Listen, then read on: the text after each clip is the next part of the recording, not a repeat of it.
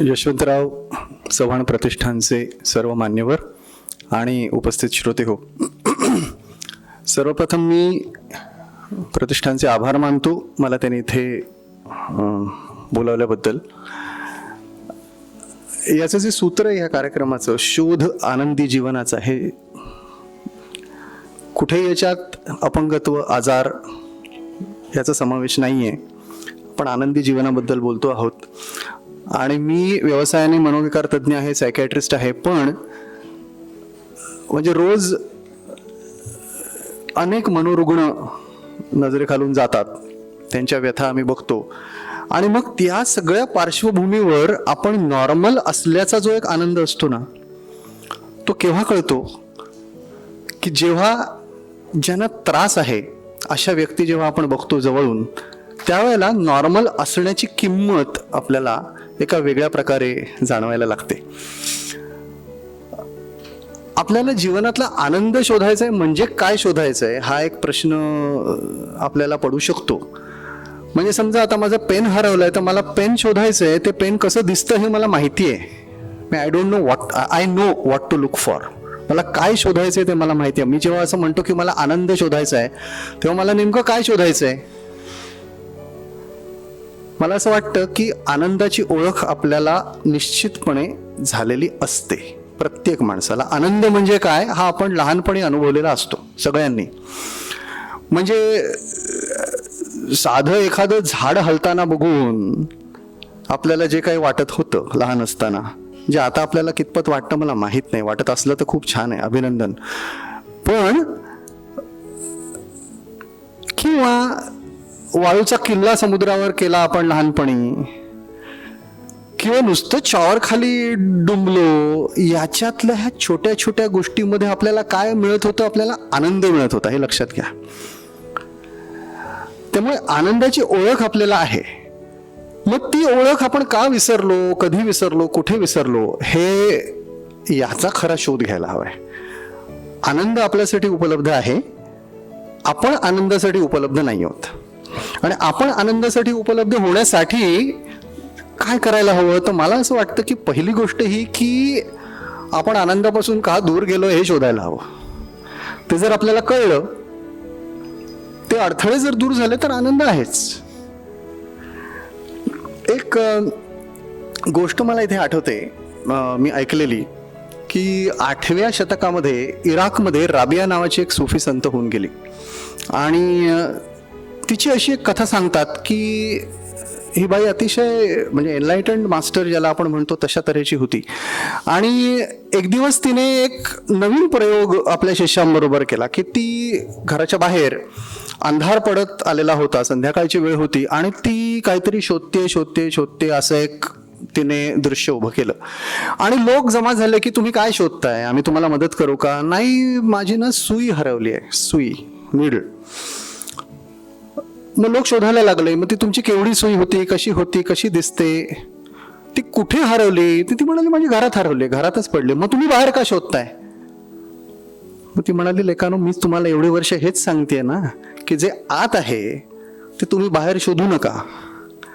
आनंद जो आपण बाहेर शोधतोय ना, त्याची सगळी मुळं आपल्या आत आहेत.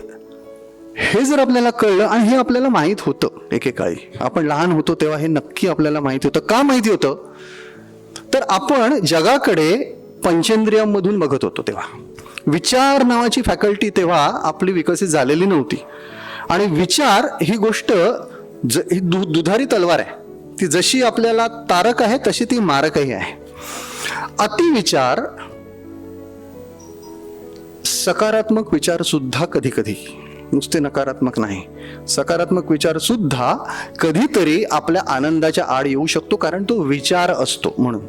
आणि आपला विचार ही जी गोष्ट आहे ना, ही आपण निर्माण केलेली नसते, ती आपल्याला कोणीतरी दिलेली असते. आपण शिक्षणातून शिकलेलो असतो, आपल्याला समाजातून मिळालेली असते, कुटुंब संस्थेतून आपल्याला मिळालेल्या असतात या गोष्टी. पंचेंद्रियांना खरं म्हणजे ज्ञानेंद्रिय म्हटलंय, हे लक्षात घ्या.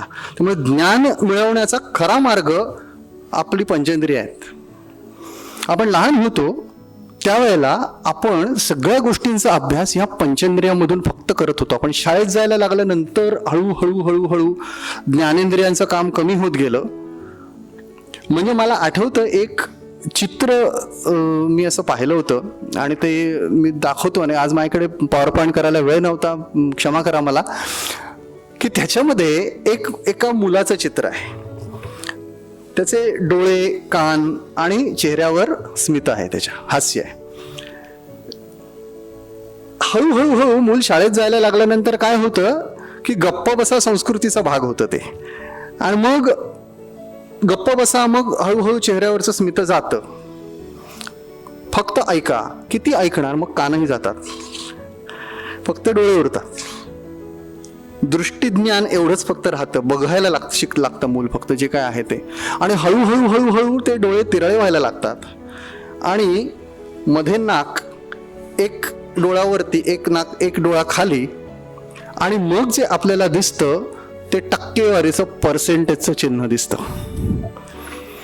आपली संपूर्ण शिक्षण संस्था आनंदाला मारक ठरते ती अशा प्रकारे की पंचेंद्रियांचा वापर न करता फक्त तथाकथित बुद्धीचा वापर करून आपल्याला जे शिकवलं जातं तिथे आपण आनंदाला पारखे होतो.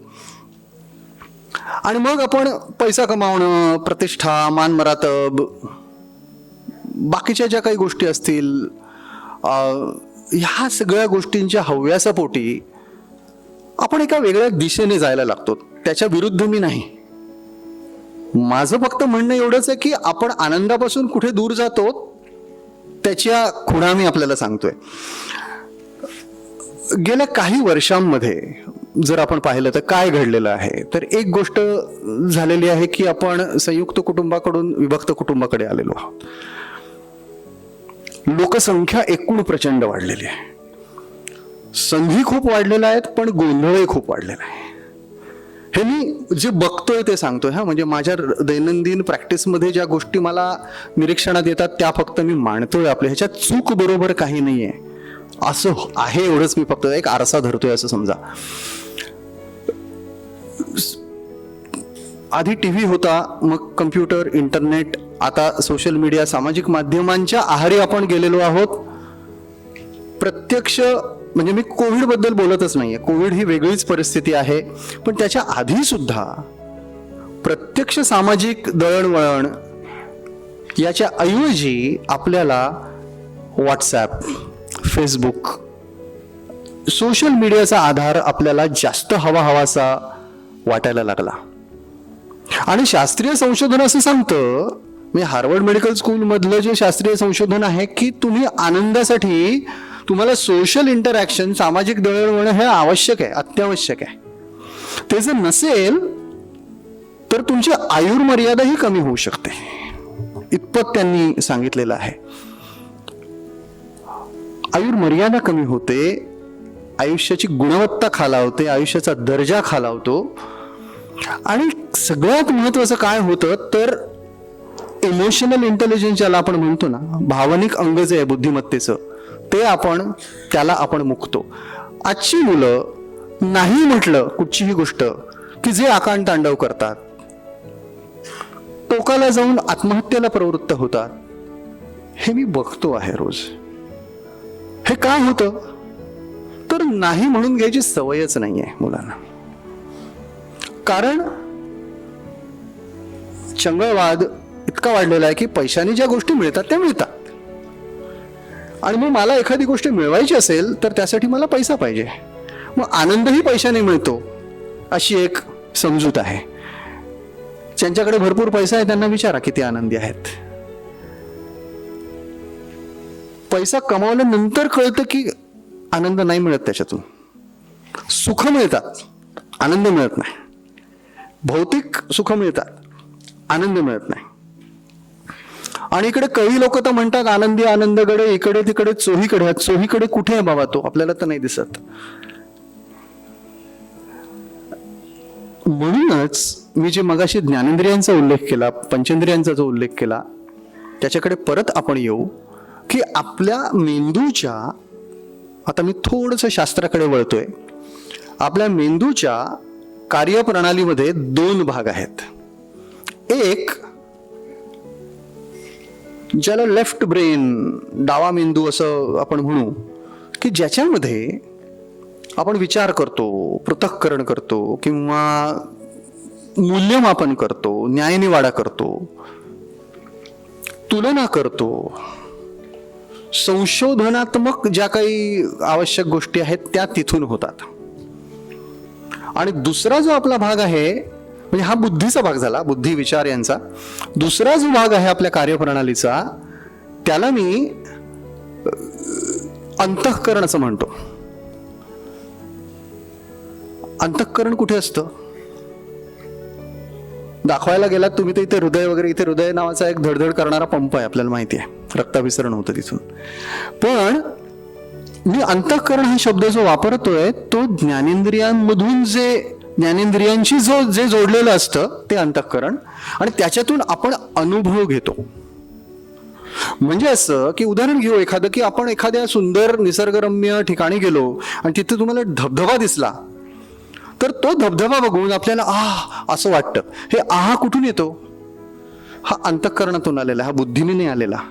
मग आपण विचार करतो की अच्छा हा इकडचा धबधबा, काय मग ह्याचं किती उंची आहे, ह्याचं किती लिटर पाणी असेल, ह्याच्यातून किती वीज निर्माण होईल वगैरे वगैरे. हा बुद्धीचा भाग झाला. अंतःकरण जोपासण्यासाठी काहीतरी करावं लागतं, जे खरं म्हणजे प्रत्येक लहान मुलाला अवगत असतं, उपजत असतं.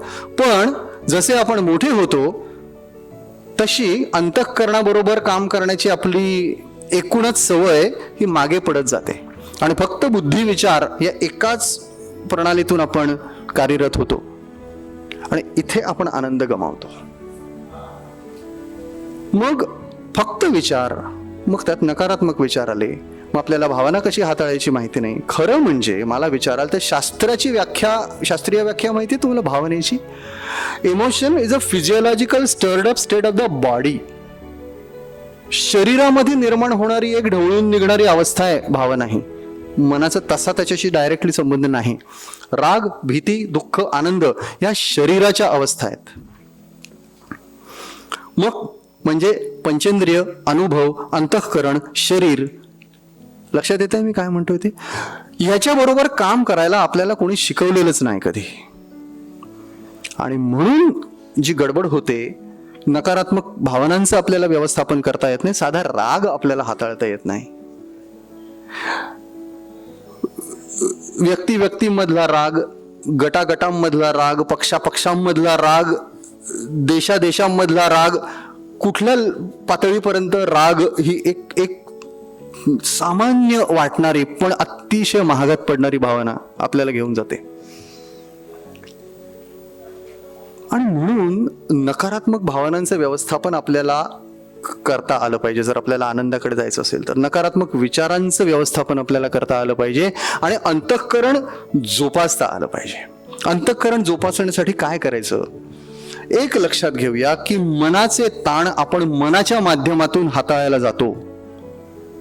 मनाचे ताण शरीराच्या माध्यमातून हाताळले पाहिजेत. हे सोपं आहे. मला भयंकर संताप येतोय आणि माझा विचार चाललाय की हा माणूस मला असं कसं करू शकतो.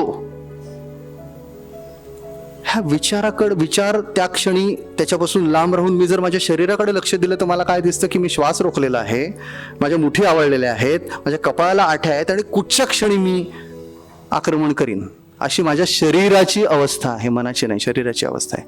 मग मला जर माझ्या रागाबद्दल काही करायचं असेल तर मी फक्त एक श्वास जर सोडला तर त्या क्षणी 50% मला बरं वाटतं. ही सोपी गोष्ट आहे पण ती आपण करत नाही. दुसरं जर आपण असं केलं की मला राग येतोय हे जर मी सांगितलं, तू अमुक अमुक आहेस ह्याच्यापेक्षा मला राग येतोय हे जर मी सांगितलं, हे छोट्या छोट्या टिप्स आहेत. असं खूप याच्याबद्दल बोलता येण्यासारखं. त्यामुळे नकारात्मक भावनांचं व्यवस्थापन केलं पाहिजे. निरोगी जीवनशैली आपण अवलंबली पाहिजे. याच्यामध्ये व्यायाम आहे, याच्यामध्ये ध्यान, योग याच्यासारखं काहीतरी आहे. आपल्याला विरंगुळा वाटेल, विरंगुळ्यासाठी स्वतःसाठी 1 तास निदान कमीत कमी आपण रोज दिला पाहिजे, ज्यामध्ये आपण फक्त स्वतःचे असतो, मी टाइम ज्याला आपण म्हणू, असा वेळ निदान 1 तास आपल्याला पाहिजे. सोशल इंटरॅक्शन, सामाजिक दळणवळणाचा मी उल्लेख केला. आणि शेवटी मी आपल्याला सगळ्यात महत्वाचं हे सांगतो की शास्त्रांनी ही सिद्ध केलेली गोष्ट आहे की कृतज्ञता, ग्रॅटिट्यूड ज्याला आपण म्हणतो, याच्यावरती अफाट शास्त्रीय संशोधन चालू आहे.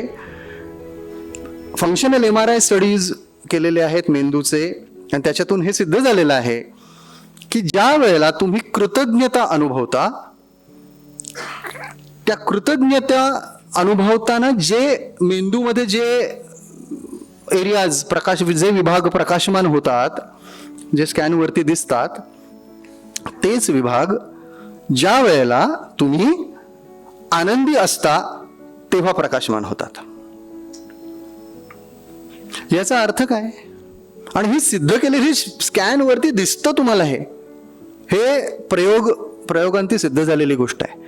मग मला आनंदी व्हायचंय म्हणून आनंदी होता येत नाही, पण मला कृतज्ञ राहायचंय, मी कृतज्ञ तर राहू शकतो. मग जे माझ्याकडे आहे, साध्या गोष्टी, की अरे मी आज जिवंत आहे. कोविडच्या काळात आपण बघतो आहोत काय चाललंय परिस्थिती, ती याच्यात नुसतं मी जिवंत आहे याच्याबद्दल कृतज्ञता जर आपण बाळगली तरी आपण आनंदी होऊ शकतो. आणि अशा कितीतरी हजारो लाखो गोष्टी आपल्याला सापडू शकतात. त्यामुळे आनंदी जीवनाचा शोध घ्यायचा आहे. म्हणजे काय शोध घ्यायचा आहे की आजच्या जीवनात माझ्याकडे काय काय ॲसेट्स आहेत, जमेच्या गोष्टी काय काय आहेत, तेवढ्या जर आपण बघितल्या आणि जर आपण त्याच्याबद्दल नुसती कृतज्ञता अनुभवली, पुन्हा मी अनुभवली म्हणतोय, कृतज्ञतेचा विचार नाही करायचा, कृतज्ञता अनुभवली, आतमध्ये आपल्या अंतःकरणामध्ये अनुभवली, तर त्या अनुभवामधून आपल्या मेंदूमध्ये असे काही एरियाज प्रकाशमान होणार आहेत की जे आनंदी असताना होतात. आणि म्हणजेच पर्यायाने आपण आनंदी राहणार आहोत. मी माझ्या अनेक पेशंट्सना कृतज्ञतेची डायरी लिहायला सांगतो. त्याचा खूप उपयोग होतो की सकाळपासून रात्रीपर्यंत माझ्या आयुष्यात काय काय छान घडलं. साधी सोपी गोष्ट असेल की मी दरवाजा उघडून आत येत होतो आणि कुणीतरी मला दार उघडून आत यायला मदत केली. इतकी साधी गोष्ट असू शकते. माझ्या बायकोने मला आज चहा दिला, जेवायला वाढलं. माझ्या घरी जी काम करायला बाई येते तिने आज भांडी घासली माझी. किती असंख्य, म्हणजे तुम्ही विचार करून पहा. तर ही साधी ग्रॅटिट्यूड प्रॅक्टिस जी आहे, कृतज्ञतेची जी प्रॅक्टिस आहे, ही आपल्याला आनंदाकडे घेऊन जाते. हे आपल्या अध्यात्मामध्ये संत महंतांनी सांगितलंच होतं. आता फंक्शनल MRI स्टडीज झाल्यानंतर अच्छा असं आहे का, असं आपण म्हणतो, एवढंच फक्त हे लक्षात घ्या. आणि म्हणून मला असं वाटतं की आनंदाचं प्रवेशद्वार कृतज्ञता आहे. आनंदाचा मार्ग कृतज्ञतेतून जातो, बाकी कुठूनही जात नाही. आणि शेवटी मला एकच सांगायचं आहे की हा विषय मोठा आहे, पण वेळेची मर्यादा लक्षात घेता मी थांबतो इथे. 2 मिनिटं घेतो समीर. अरे एकच गोष्ट सांगतो शेवटी की आनंद हे मुक्कामाचं स्थान नाहीये. म्हणजे मी रडत खडत काहीतरी प्रवास करून शेवटी एकदा गाठला बाबा, असं नाही होत. मला जो प्रवास करायचा आहे तो प्रवासच जर मी आनंदात केला तर मुक्काम कधी काय येईना. तुम्हाला एक गंमत सांगतो. मी ती साखर सोबत कादंबरीचा मगाशी उल्लेख केला, ती कादंबरी मी ट्रॅफिक जॅम मध्ये लिहिलेली कादंबरी आहे. मी अंधेरीत ते सांताक्रूज हा प्रवास माझ्या कारमधून करायचो. माझा ड्रायव्हर गाडी चालवत असे आणि इतकं तिथे पुलाचं कन्स्ट्रक्शन चाललेलं होतं, इतका ट्रॅफिक असायचा की 1 तास जायला 1 तास यायला. मी शांतपणे लिहित बसायचो. तेव्हा कम्प्युटर्स नव्हते, मोबाईल्स नव्हते, त्या काळातली गोष्ट आहे. डायरी माझी असायची. माझी ती संपूर्ण कादंबरी माझी ट्रॅफिक जॅम मध्ये लिहून झालेली कादंबरी आहे. सांगण्याचं तात्पर्य काय की निवडीचं स्वातंत्र्य आपल्याला आहे. आपण म्हणतो ना, झाडं किती आनंदात आहेत, पक्षी आनंदात आहेत. का आहेत? त्यांना दुःख असणं, दुःखाचा चॉईस नाहीये त्यांना, आपल्याला आहे आणि म्हणून तो आपण घेतो. आपल्याला आनंदी राहण्याचा चॉईस आहे, ती निवड आपण करायची आणि ते निवडीचं स्वातंत्र्य आपल्याला आहे. आणि म्हणून तो प्रवास जर आपण आनंदात केला तर आपण बऱ्याच गोष्टी साधू शकतो. एकच शेवटचा मुद्दा फक्त आपल्याला सांगतो की आपल्याला जे हवंय ना तिथे आपण असलं पाहिजे. आता तुम्ही म्हणाल की हे कसं, हे विरोधाभासी वाटतं ना, की तिथे हवंय ते नाहीये मग आपण तिथे नाही आहोत म्हणून. तर तसं नाही मी म्हणत. समजा अमक्या अमक्या व्यक्तीने माझ्याशी अमुक अमुक प्रकारे वागावं असं मला वाटतं आणि ते माझं दुःख आहे. माझ्या बरोबर काम करणारा माणूस आहे ना, तो चक्रम आहे, अमुक आहे तमुक आहे आणि तो माझ्याशी नीट वागत नाही. त्याच्याकडून मला चांगलं वागणं अपेक्षा मी करतो. मी काय करायला हवं मग? आपल्याला रेडिओ आपण लावतो आणि मला समजा FM ऐकायचं आहे, FM गोल्ड, तर मी काय करतो, मी रेडिओ लावतो आणि ते रेडिओचं बटन FM गोल्डच्या फ्रिक्वेन्सीला आणून ठेवतो. मग मला FM गोल्ड ऐकू येतं. त्याच्या अलीकडे घर्र वाजतं, त्याच्या पलीकडे गेलं तरी घर्र वाजतं. मला FM गोल्ड ऐकायचंय, त्यासाठी मला काहीतरी करावं लागतं, हे लक्षात घ्या. त्यामुळे मला जर अमुक एक फ्रिक्वेन्सीची व्हायब्रेशन समोरच्या व्यक्तीकडून हवी असतील तर तिथे मला ट्यून करायला पाहिजे. मला असं वाटतं की आनंदाचा शोध घेण्याच्या दृष्टीने ह्या टिप्स पुरेशा आहेत. हा खरा संपूर्ण दिवसाचा कार्यशाळेचा विषय. आपण संक्षिप्त मांडणी मला करायला दिल्याबद्दल धन्यवाद. एकच सांगतो की जुव्हेनाइल डायबिटीस फाउंडेशन नावाची बालमधुमेहींची संस्था आहे. त्या संस्थेचा मी विश्वस्त आहे आणि तिथे मी सायकॅट्रिस्ट म्हणून काम करतो. आमची ही 1,500-2 हजारपेक्षा जास्त मुलं ज्यांना लहानपणी मधुमेह झालेला आहे, त्यांना रोज 3 वेळा इन्शुलिन इंजेक्शन घ्यावं लागतं. दिवसातून 2 वेळा त्यांना रक्ताची तपासणी करावी लागते, आहार नियोजन करावं लागते, व्यायाम करावा लागतो आणि हे सगळं त्यांना जगण्यासाठी करावं लागतं. हे नॉर्मल जगल्यानंतर मग शाळा, शिक्षण, व्यवसाय, नोकरी, लग्न, कुटुंब वगैरे ह्या नंतरच्या गोष्टी झाल्या आणि ही सगळी मुलं आनंदात आहेत. याचं कारण काय? तर त्यांनी आपल्या अपंगत्वाचं भांडवल केलेलं नाही, त्यांनी आपल्या आजाराचं भांडवल केलेलं नाही आणि ते भांडवल करू नये यासाठी आमची संस्था काम करते. आणि त्या मुलांकडून मी खूप शिकलो. त्यामुळे शिकत राहणं, नवीन नवीन गोष्टी, क्रिएटिव्हली काम करत राहणं हेही आनंदासाठी गरजेचं आहे. मी आपल्याला पुन्हा एकदा धन्यवाद देतो. यशवंतराव प्रतिष्ठान, चव्हाण प्रतिष्ठानचे आभार मानतो मला त्यांनी इथे बोलावल्याबद्दल. धन्यवाद.